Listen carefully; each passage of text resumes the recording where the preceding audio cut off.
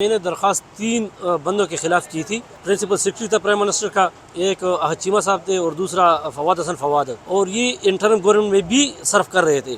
تو میں نے اس کو جب غلط سمجھا تو یہ میں نے کہا کہ ایک آئین اور قانون کی خلاف ورزی ہو رہی ہے. الیکشن کمیشن نے آج احد چیمہ کو، جو کہ مشیر وزیر اعظم ہیں، ان کو عہدے سے ہٹانے کا حکم دیا ہے.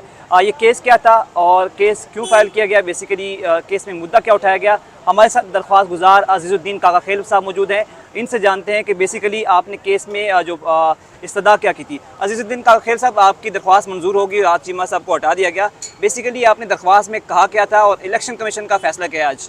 یہ بیسیکلی میں نے درخواست 3 بندوں کے خلاف کی تھی.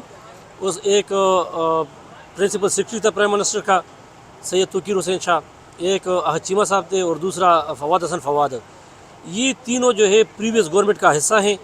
پریویس گورنمنٹ میں انہوں نے جو ہے نا صرف کیا ہے اور یہ انٹرم گورنمنٹ میں بھی صرف کر رہے تھے. تو چونکہ 2018 آرٹیکل 218 کانسٹیٹیوشن پرووائڈ کرتا ہے کہ فری، فیئر اور ٹرانسپیرنٹ الیکشن ہو، تو اس کے لیے ضروری ہے کہ پھر انڈیپینڈنٹ اور امپارشل لوگ بھی ہو. اس لیے تو کیئر ٹیکر گورنمنٹ بنتی ہے. تو اس لحاظ سے میں نے الیکشن کمیشن میں، چونکہ بحیثیت as a student of law, میں خود سپریم کورٹ کا لائر ہوں، تو میں نے اس کو جب غلط سمجھا تو یہ میں نے کہا کہ ایک آئین اور قانون کی خلاف ورزی ہو رہی ہے.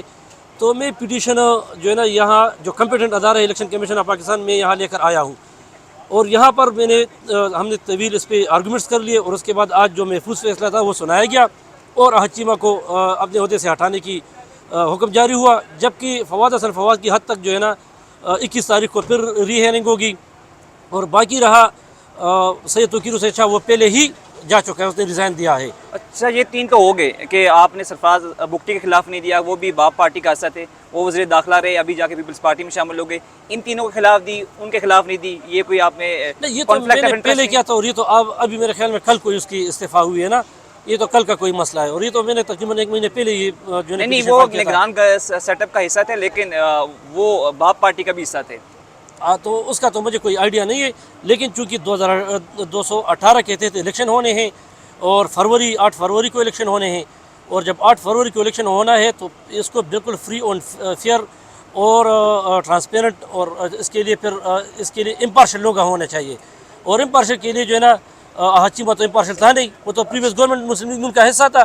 اچھا، آج فیصلے میں کہا کیا گیا ہے؟ احد چیمہ کے فیصلے میں یہ کہا گیا کہ احد چیمہ کو فوری طور پر کیبنٹ ڈویژن کو حکم جاری کیا کہ احد چیمہ کی فوراً ڈسکوالیفیکیشن جاری کیا جائے، اور جو دوسرا جو ہے فواد حسن فواد، اس کے لیے ری ہیئرنگ کے لیے 21 تاریخ دے دی گئی.